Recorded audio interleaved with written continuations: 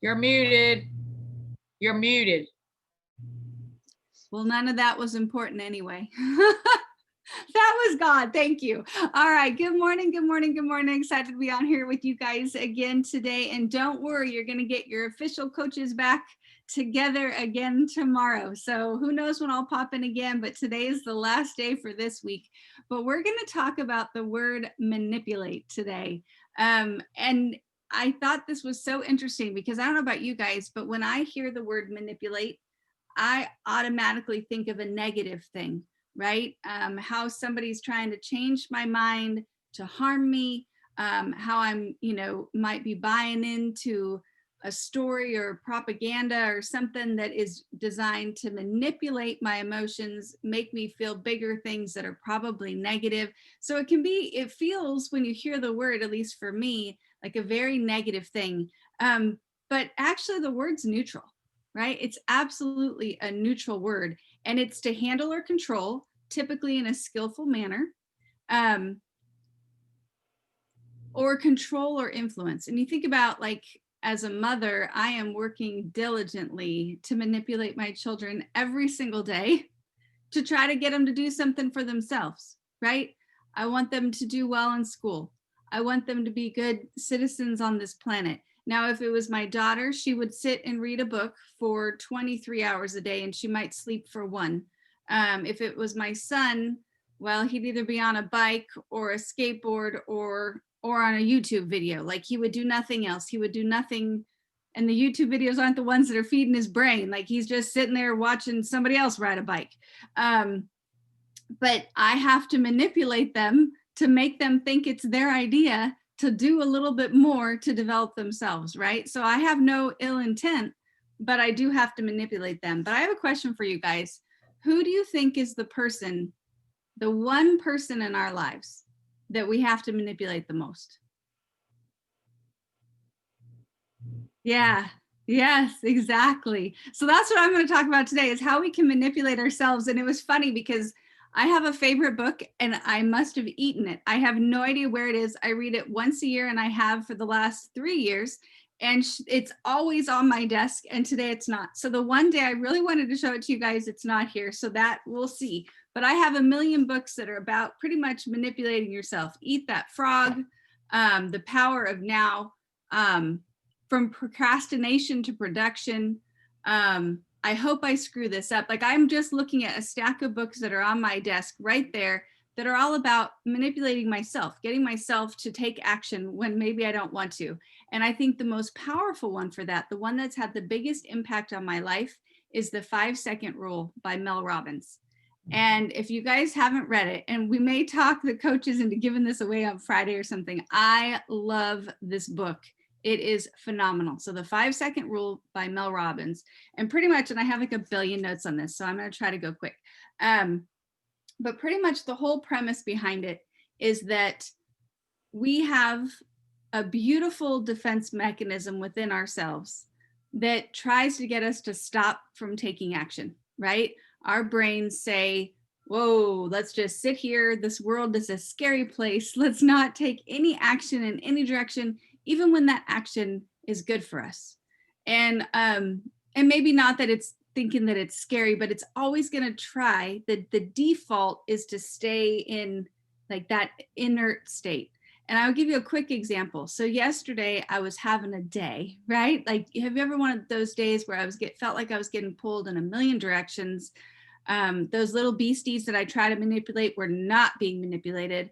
It just was like, just a little bit of a disaster. And I knew, and I was a grumpy puppy, and I knew if I would just get outside, even if it was short, if I just got outside and moved my body, I would be a happier human. And I waited.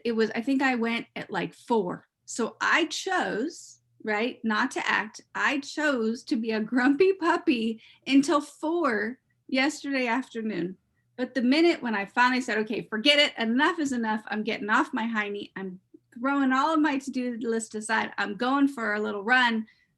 Within, I would say, 7 minutes of it, even though I don't particularly like running, within 7 minutes of it, I was like a brand new person. I was so much happier. Like I was like, all the weight of the world was off my shoulders. And it was because I made that little decision finally to just forget it, woman, put it all aside and just go. And so that's what the 5-second rule is designed to do. So how does it work? Okay. So I'm sitting here and we're going to talk about the gut again. I talked about that yesterday, but that gut instinct, right? And I had it all day yesterday.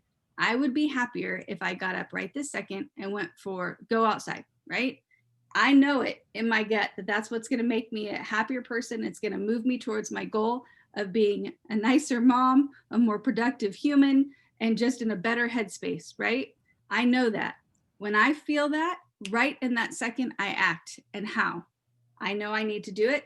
5, 4, 3, 2, 1, get up and go, right? So move physically. It doesn't mean run. Maybe it's just go get a healthy snack instead of the Snickers that you want, or go pick up that book, or bite your tongue, right? Because maybe there's something that's about to come out of your mouth that's not going to move a relationship. You know, the coaches talked about that bank of positive and negative. It's about to be a withdrawal, right? So bite your tongue. Your action might actually be inaction, right? But whatever it is, count that down. Take that time. Just say 5, 4, 3, 2, 1. But when you hit that 1, you move. And it's non-negotiable at that point. There's no counting twice. And that's really why it's not 1, 2, 3, 4, 5, because what comes after 5, 6. And we could then say, well, okay, I'm going to wait until 10, right? I'm going to count. You can count all day. But 1 is finite, right? You could go to 0, but then that's a little weird. So just go to 1 and move. So I have a billion notes. But, and I'll end with this before I hand it to Myra.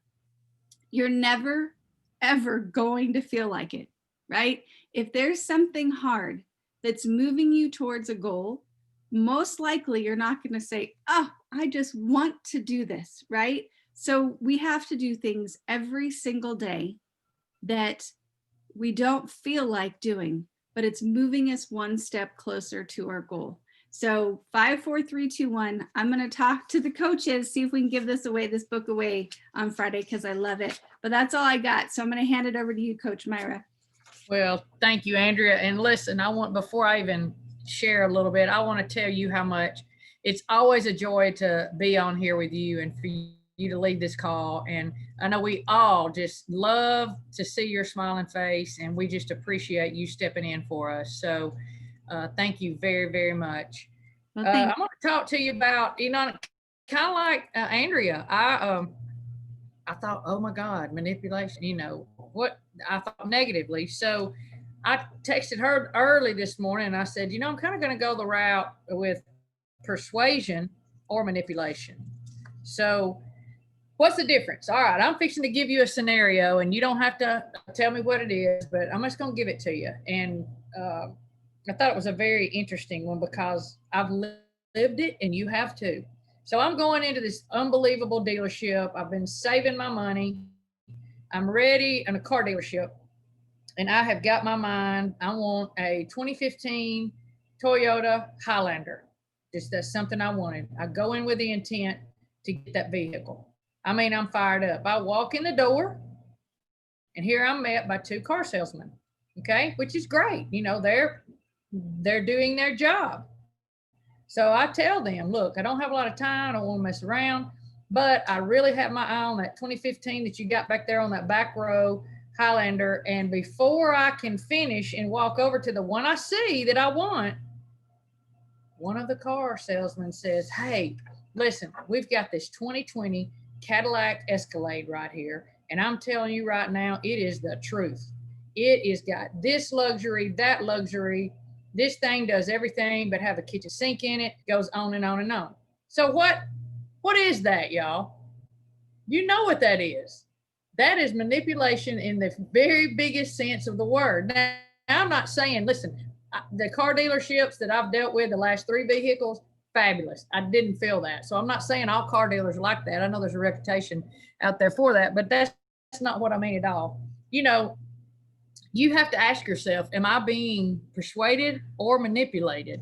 And as much as we'd like to trust every single person that we come into contact with, that is me, guilty.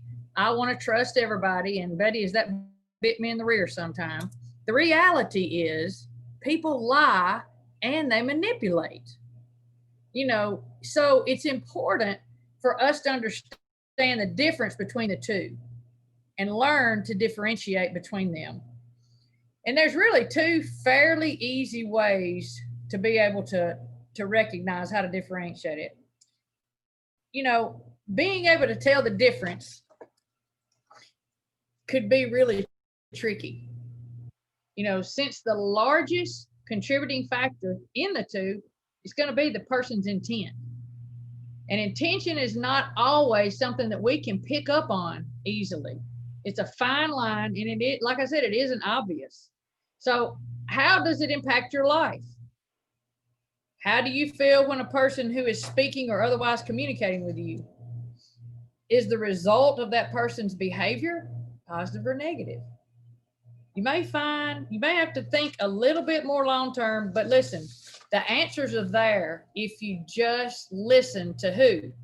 Yourself. And this goes back to Andrea hit on it. You've got to listen to your gut. You've got to. When someone is trying to persuade us, they'll present us with a point or view of options that we probably haven't even considered. They'll highlight the benefits of the option and allow you to decide whether it's of value or not. Manipulation now, on the other hand, now let's just get down in the trenches right here. They leave you feeling guilty, ashamed, scared, anxious. We've all felt that. Manipulators are self-serving, not concerned about the outcome at all. So, if your chest is tightening, you feel tense and your heart's racing, guess what, guys? That's a sign you're being manipulated. Trust your gut. Now, and to bring it kind of home in all of us and all we do, whether you're in sales, whether you're in network marketing, whatever you do, you don't ever want to be that type of person. When you're trying to talk to someone about joining you and whatever your dream is or whatever your, whatever your job is, you don't want to have anybody feel like that you're putting so much pressure on them that their chest is tightening. So kind of keep that in mind too. But if you are being manipulated, you've got to stay in charge of that conversation. Otherwise, guess what? We're going to get roped up into that scheme, whatever it is, if we do not stay in charge of it. During manipulation, it's important to keep the conversation on real issues and real facts. Often, guess what a manipulator will do? They will try to cloud all kinds of your vision and whatever it is with your information. They'll try to cloud everything you're thinking. And here's the thing, y'all. It's really kind of hard to spot manipulation simply because, guess what? We want to trust everyone, don't we? But that's where trusting your gut comes in so handy. Here's the thing I recommend, and I tell myself this all the time, especially if I'm meeting with someone that I really don't know. I just try to check in with Myra. I try to feel like I'm comfortable and I'm kind of involved in this conversation. Manipulation, guys, it can make you dizzy. You know that. And then it can cause you also to forget why you're even there in the first place. So I want to leave you with two quotes that I thought were outstanding that I want to start with. Manipulative people do not understand the concept of boundaries. They're relentless in their pursuit of what they want, and they have no regard for who gets hurt along the way. That's one. But then I want to go back to, and Andrea actually hit on this, referred to it, because we've talked about this a lot. I want to leave it with you. If you allow people to make more withdrawals than deposits in your life, you'll be out of balance and in the negative. So know when to close the account. Know when to close the account. Eloquent persuasion, the best way that I know how to put this, somebody that can do it very eloquently, is they've done a terrific job, and at the end of this conversation, that individual they're talking to truly feels like that it was their idea. Does that make sense? And that's not necessarily a bad thing. What that tells me is you're a really good communicator. You're really trying to help when someone feels like the comfort with you and they feel like, hey, man, I came up with a pretty good idea. So that tells you they were relaxed and they were absorbing everything that you were telling them. So, hey, do what you got to do to be great today. Be persuasive in a positive way. And then also manipulate ourselves. We need to manipulate ourselves to be better in everything. So again, Andrea, thank you so much for being with us this 3 days. You've been a blessing. So thank you. Everybody have a great day.